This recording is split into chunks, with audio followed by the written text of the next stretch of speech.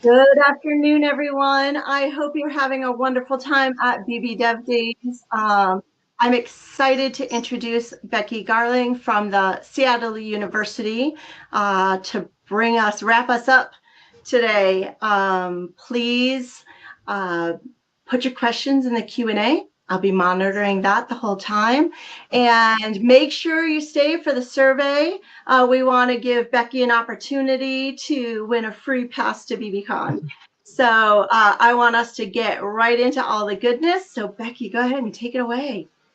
Okay, welcome everybody. We are here, our last session before the finale.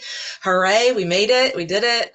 Hopefully this will be a fun, short and sweet little presentation. Just talking about accountability and pipeline planning. And what that means for us was having a call from leadership to really be able to identify more in-time information on the pipeline, the activity of a fundraiser's pipeline, an overview and on an individual level, providing guidance to the fundraisers and surfacing trends to leadership.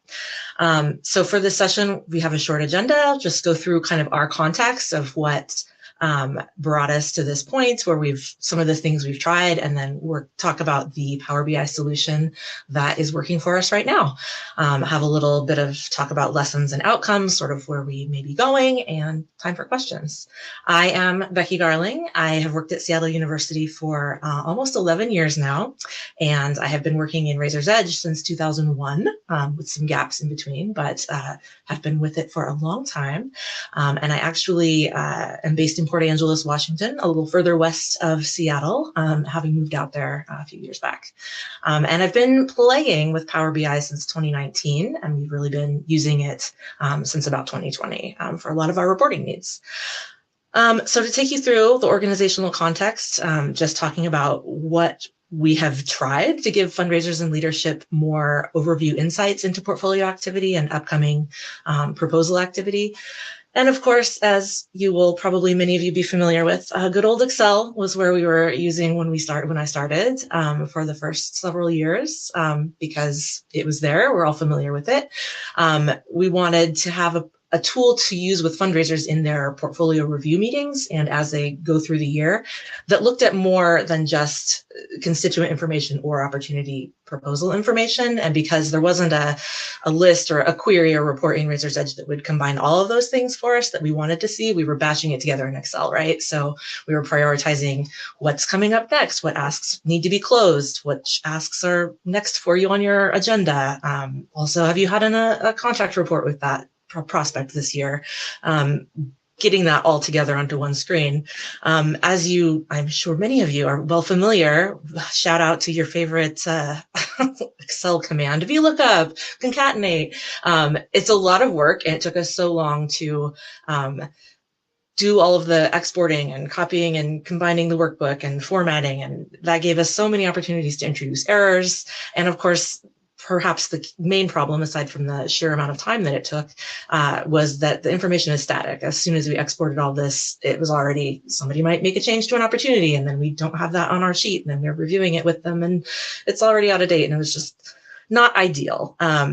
It was really focused on the forward-looking plan, right? Like what's coming next. And there was a pretty limited insight into retrospective analysis, which we would do, but maybe on a yearly basis as requested, which was also still really focused on activity achieved, right? Like how many asks did you make? How much money did you raise? Which is great, but also didn't capture the whole maybe history of what's going on with the fundraiser and maybe some of the challenges that they're facing inside their portfolio.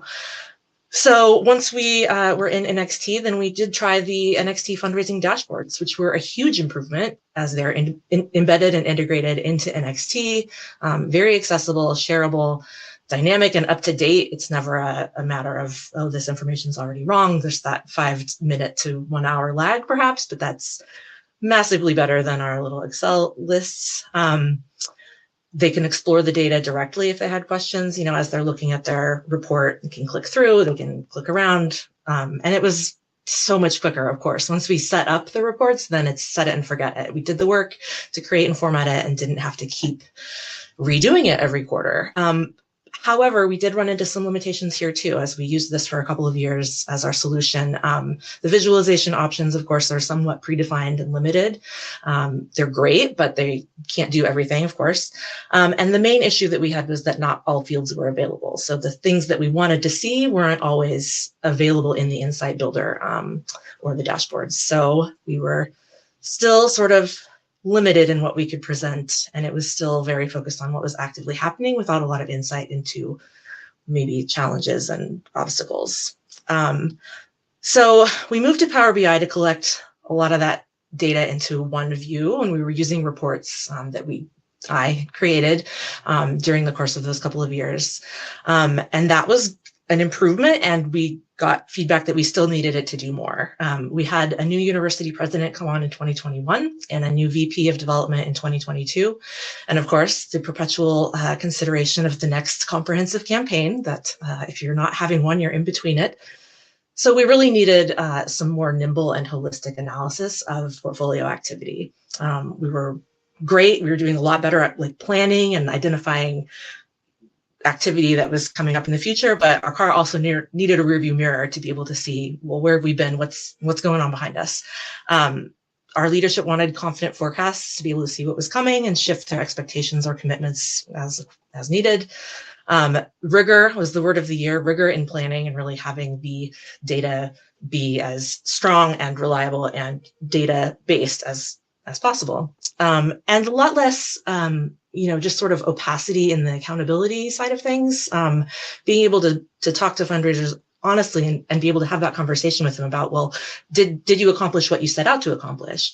And then, in the past, when maybe leadership would be looking at a report and be familiar with some of the asks that were coming up. And then if something didn't work out, there might be a kind of a, whoa, weren't we going to ask Robert Hernandez for $1 million? Like, what happened to that? And could sort of catch a fundraiser off guard if that wasn't a conversation they'd had proactively. And fundraisers wanted that proactive guidance and coaching where there were needs. They needed some holistic insight into that pipeline development. And accountability is not just a one-way street, right? Like, it's not just, why didn't you do this? But it's, here's what's happening, here's why this isn't happening, or something new is happening. And of course, as analysts in prospect development, we really needed consistency. We needed replicable data processes that were not going to take us weeks at a time. And we really wanted to align our priorities in reporting and data collection to the priorities of leadership and fundraisers so that we could bring everyone along in that data story. And some of the obstacles we had were just the inconsistency in some of the data. I'm sure nobody else here has ever had opportunities that just continued to be rolled over sort of quarter after quarter. And when you're in the data all the time, like, oh, I've seen this one. Oh, here we go. We're going to push this one out again. But that's not always as clear to other people who aren't looking at it all the time. So there's that. Canceled opportunities, also same thing. Like I said, they're invisible once they're inactivated and we just never speak of them again. We really had to do a lot of change management work. There was sort of a perception that having more data is punitive, shining that light into the dark corners. Maybe there's something scary in there. Sometimes there was something scary in there. And a resistance to, putting the beautiful, delicate artwork of fundraising into little boxes, like being able to communicate the need for those boxes and how we understand that they don't reflect everything about reality, but we do need a way to reflect some picture of reality. And of course, the resources were the limitation, right? The technical limitations. We have a team of 10 overall on our advancement services shop. There are 3 of us in prospect development. None of us studied, we're not techies. We studied English and communications and political science. IT is housed separately, not embedded on our team. So there can sometimes be a feel of some siloing. And naturally, more resources may be focused on enrollment management and student experience stuff. So we really had to make the investment of time. We had to learn the new tools, the Power BI and all of this. We're still in the process of doing that. I think it's never ending, but BB Dev Days, the user group communities at Blackbaud, and so much trial and error. That's really if there's one thing that you take away from this session, I hope it's the freedom to just go forth and be bad at it, to just try. I have a print that I have hanging on my wall. Be brave enough to suck at something new today, which was the mantra that I had to do as I dive into this Power BI stuff. I am no Alex Wong. I am not fancy with my coding. I am just a self-taught English major who tries to do interesting things, and proud because you're doing it, not because you're good. So keep that in mind as I reveal my modest novice attempts in my Power BI solution that we came at. I'm going to walk through what we did under the hood in NXT. We had a couple different things that we needed to set up in the data side to get the insights that we were looking for, to be able to get the live view into how we're progressing towards the plan for a year, not just the number goal, but the asks and the movement behind that goal. So as the fundraisers set out their operating plan for the year, we populate the opportunities. We added a custom field for original ask information to indicate that this was, a part of their, what we call a top 25. These are the core asks for the year that they are focused on. You could do this in a lot of different ways. You could have, just save a static Excel list of your opportunities at the beginning of the year and compare to that. Or you could have maybe a data warehouse with movement and timestamps and all that good, cool stuff, but we didn't have that. And we did also want to have at least some visibility within NXT to reference some of that information. So we went with the custom field that we just globally add at the July 1st when our fiscal year starts. We also added a custom field for the reason to postpone cancel. And this was really critical, especially from the fundraiser side, to be able to explain what's going on at a glance, kind of have buckets, right? To put that complicated work into a bucket again, but rather than somebody having to read through the history of contact reports through that year, what's going on, be like, okay, the donor isn't ready, or maybe the university isn't ready, or any other factors. So these were the reasons that we chose to have as our buckets.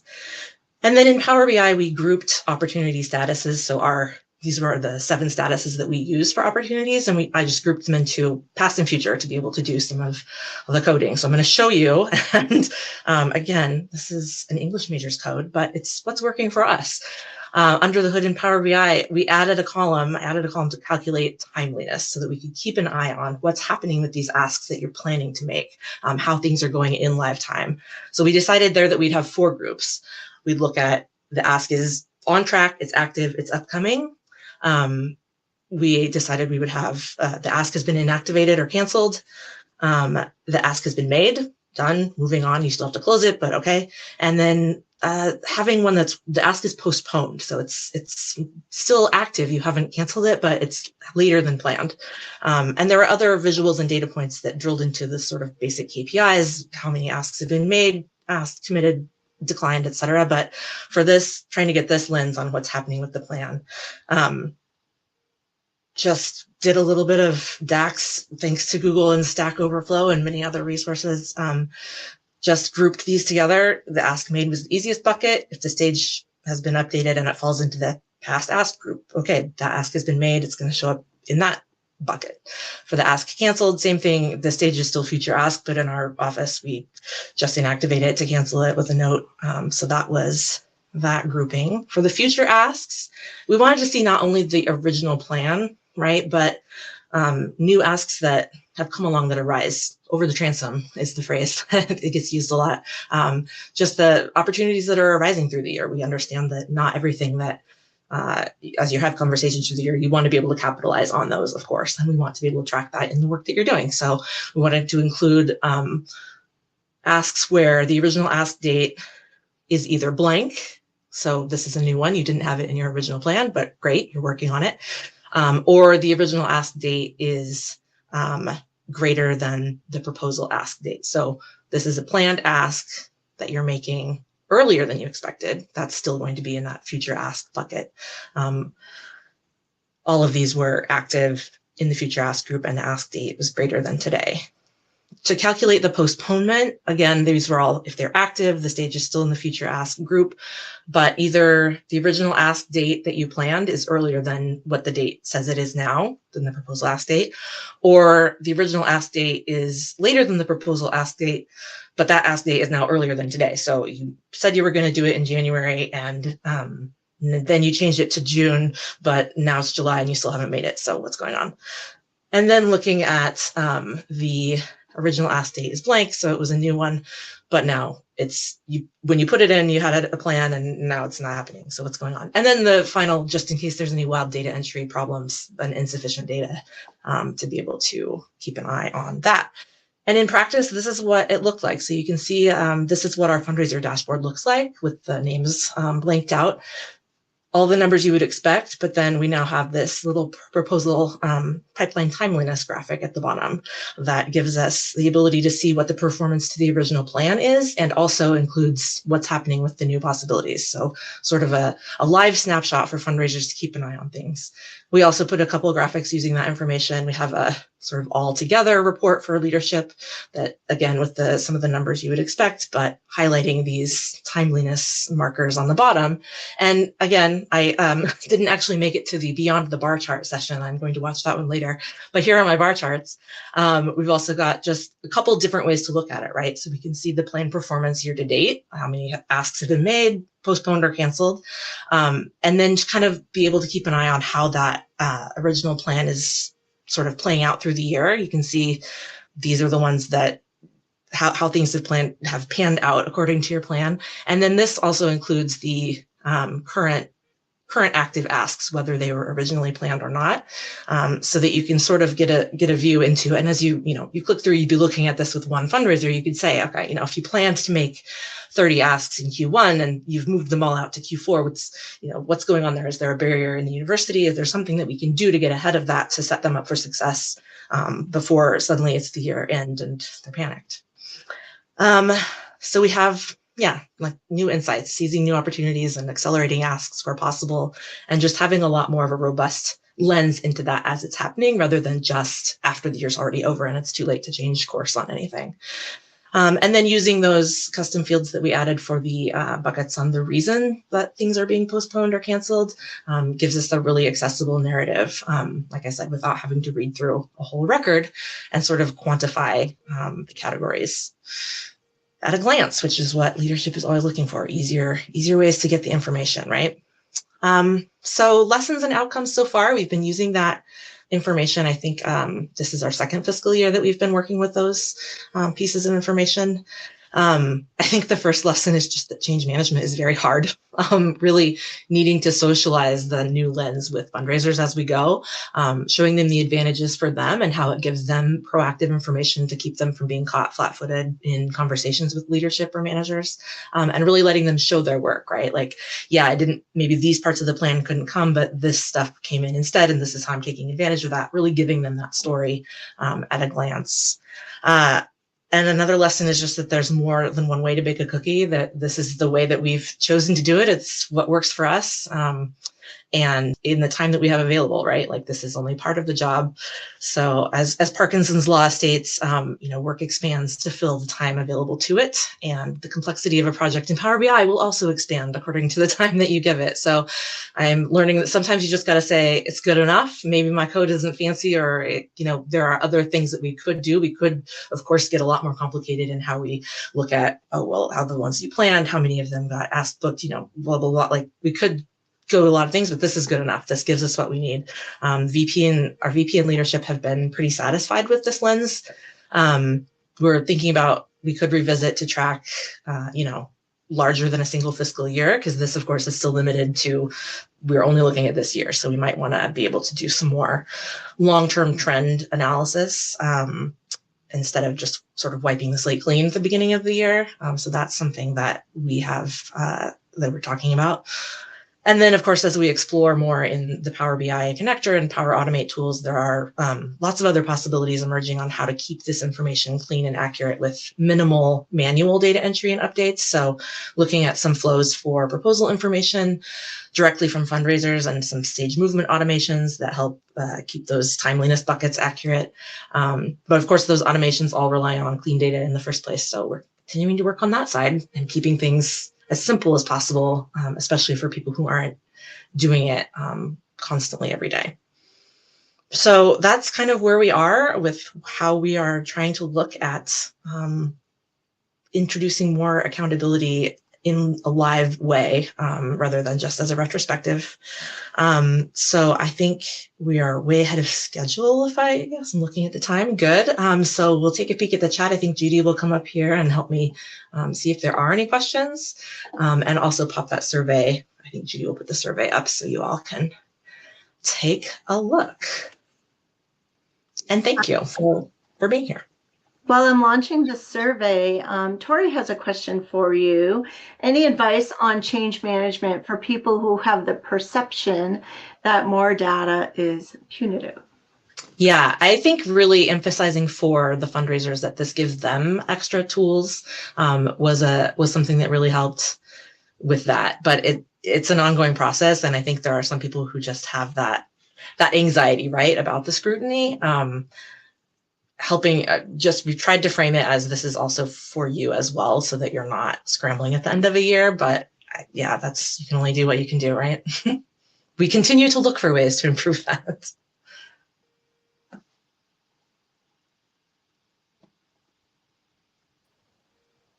Andrea, I saw that your question was in the chat, and Bill, thanks for answering it. Custom fields are available in opportunities, and in the chat, I'll drop a link to the resource where you can see a little more about what's on opportunities right now.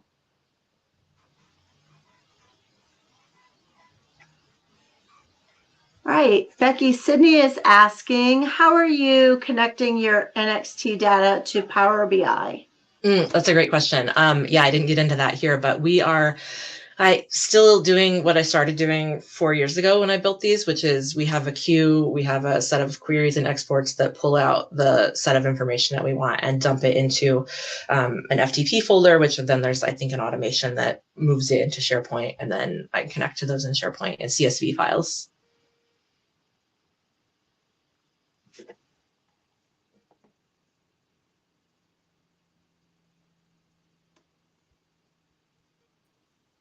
Becky, is the original ask information added manually? In a sense, yeah. So it's just a global, I think it's a global add, maybe an actual import, but it's pretty much just copying over the ask date that is in there and tossing it onto an attribute that's then updated. So yeah, yes and no. But mostly no. I mean, yeah, it's done as a global change.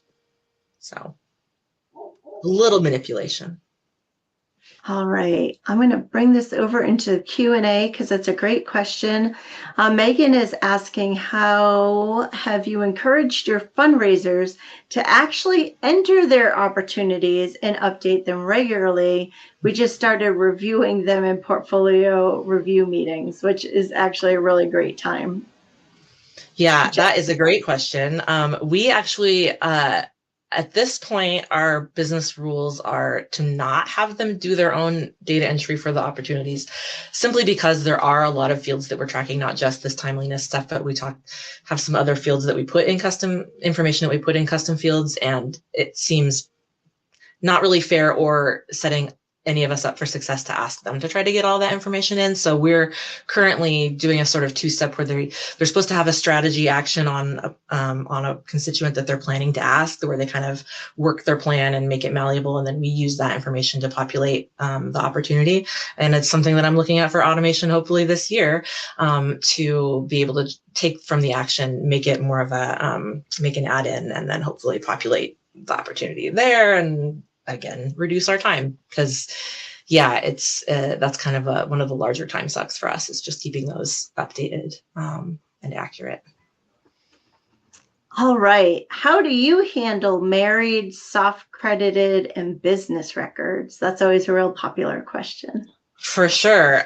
Because we're looking at the lens of portfolio management and fundraiser activity, that's more the soft crediting stuff is all, we're not looking at it through a gift accounting lens. We're looking at it just mostly the activity and the planning and all that. So it's performance and less not the bookkeeping side of things, right? And we always try to emphasize, like, this is, what you've asked doesn't necessarily mean what the gift site is going to show. And that's an ongoing process too, trying to keep that information updated and make sure that people understand that. We where there are two, where there's a head of household situation, we just limit it to pulling the head of household over. In our shop, we have the fundraisers assigned on both records, so we're not duplicating it. We just pull over the head of household. Excellent. We've got a couple more. Who maintains the proposal attribute? I'm not sure, Christina, exactly what you mean. Are you talking about that timeliness custom field? If assuming that's the case, that's prospect development as a part of the opportunity data entry. But we're not changing that. So it's a static piece of information that we're just plopping on the record at the beginning of the year, and then that doesn't change because that's like the marker for what their plan is. So once it's there, it's there. We wipe it at the end of the year. Currently, maybe not forever, but that's how we're doing it. All right. And have you been able to make some RENXT fields or mark them as required in the opportunity screen? Alas, no. I wish, because that's how it was before, but no, we have not. So I will encourage you to visit the Idea Bank because our product managers are very active in the Idea Bank if that's something that you'd like to see come to fruition. Perhaps not yet. I hope so.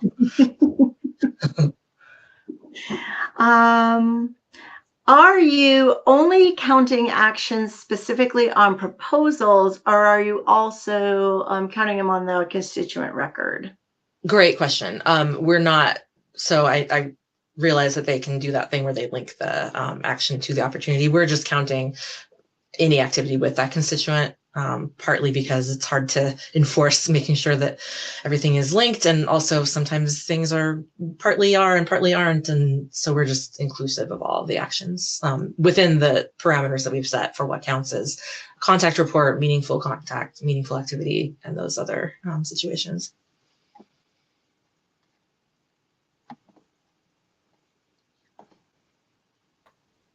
All right, everyone, we have 2 more minutes. So if you have any other questions, please feel free to drop them in the Q&A. I'll ask you again to take, I know we're pushing at the end of the day, but take a minute and fill out that survey that you help shape the future of BB Dev Days. And Becky has an opportunity to win admission to BBCon. Thank you all so much. These are such good questions, and it's a pleasure to be at a point where we can hopefully contribute to the group learning here.